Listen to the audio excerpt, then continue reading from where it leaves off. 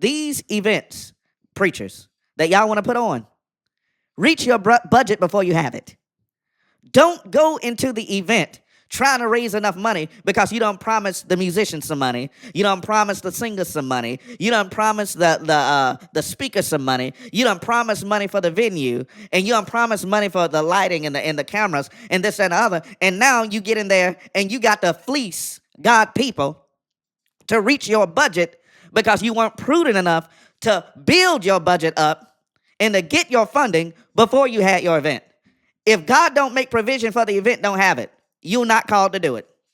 Because now what you're going to do is you're going to hoodwink God people, and you're going to get it by hook or by crook, and it's going to stop being about God, and it's going to start being about your pockets. What got lost in the whole give me $40,000, close the doors situation with Marvin Sapp is how deeply entrenched into church culture it is to constantly milk the people in the sanctuary, those who are believers, out of every dime you can get out of them.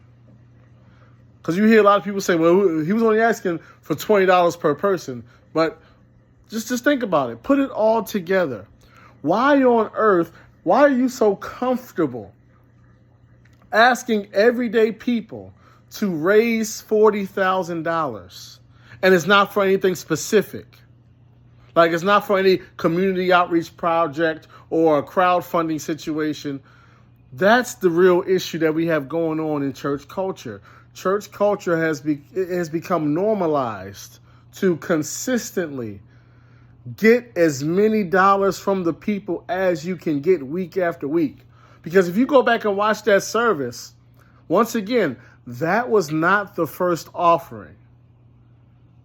They had the initial offering before Marvin Sapp got up there. And the guy who had the mic at that point in time was saying, it's 12 people in here who got $800. So, and then he said there's such amount of people in here who got $100. Think about this. The church has become so comfortable asking people for every dime they got. You see it video after video after video, snippet after snippet. Oh, God said it's 10 people in here with $1,000. It's 15 people in here with $1,500. Oh, if you want to have a good 2025, you need to sow $2,025. I mean, week after week after week, Sunday after Sunday after Sunday. If you want God to do something for you, you got to sow a seed. It's seed time. You got to sow while the anointing is fresh, while the oil is fresh. Give me your money. Give me your money. Give me every single week. How did the church become so comfortable constantly asking people for money? Once again, everyday folk. It's one thing to have an offering, but it's another thing when you say, there's a specific number of people in here who have a specific number of dollars. Or if you, and this is what Marvin Sapp said, if you were touched by the word, meaning if you felt like I preached a good sermon, you need to come up here and give some more money. How do we get so comfortable doing that? I know we already had an offering and I just preached the word, which is my job. And that's quote unquote my calling. God called me to do this. But if you were touched by what God called me to do, even though we already had an offering, come up here and give some more money. We've gotten way too comfortable consistently and constantly asking folk for their money all the time.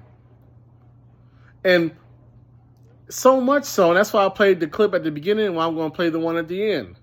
Because the church has become like fundraising and crowdfunding, either for the pastor or for the staff or for pet projects. And so what we have is a lot of these conferences and these revivals and these convocations. They're not having them because they were moved by God to have this event. They're having the event because they want to raise money.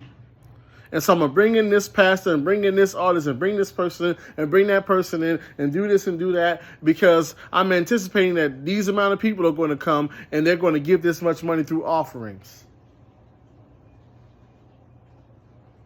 And so what happens is church services becomes a business.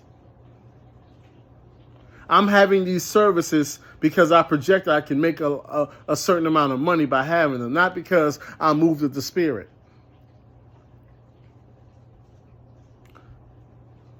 I'm building this big church and this big building and all these different offices and all this land and all these screens and computers and technology. And I'm not because God has called me to do this, but because this church is my business.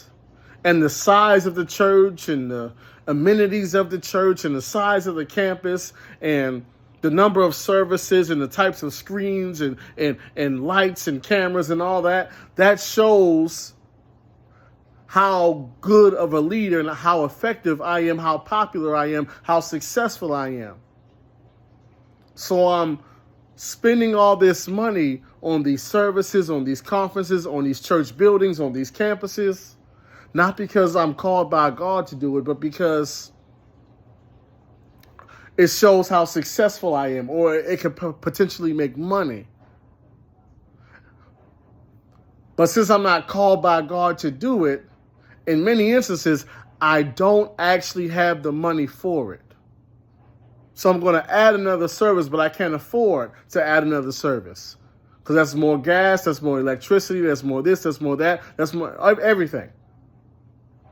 I'm going to purchase this property, but I can't really afford this property because of the number of acres, and I want to build this building, and I want to have marble and gold and all these screens and all these lights, and I want to have this many seats, and I want to use it as a... But I can't really afford it. And so now what do I have to do? Week after week after week, I have to constantly milk the saints for as much money as I can get out of them. There's 5 people in here that got this. There's 10 people in here that got that. Come sow a seed. You got to pay your tithes and offerings. You got to, week after week, money, money, money, money. How much money can I get from the people? Look how comfortable he was asking for $40,000. Look how comfortable Keon Henderson was asking for 1,200, what was it, 1,200, 2,100 people to give, what, $2,100 in 21 days? What was that like, over $4 million? Turned on that camera, put on a nice shirt, and asked for it with a straight face.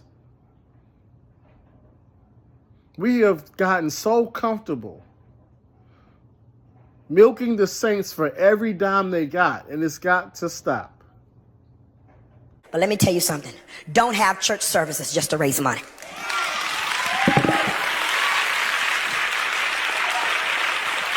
Worship should never be a fundraiser. If we need the money, ask for it.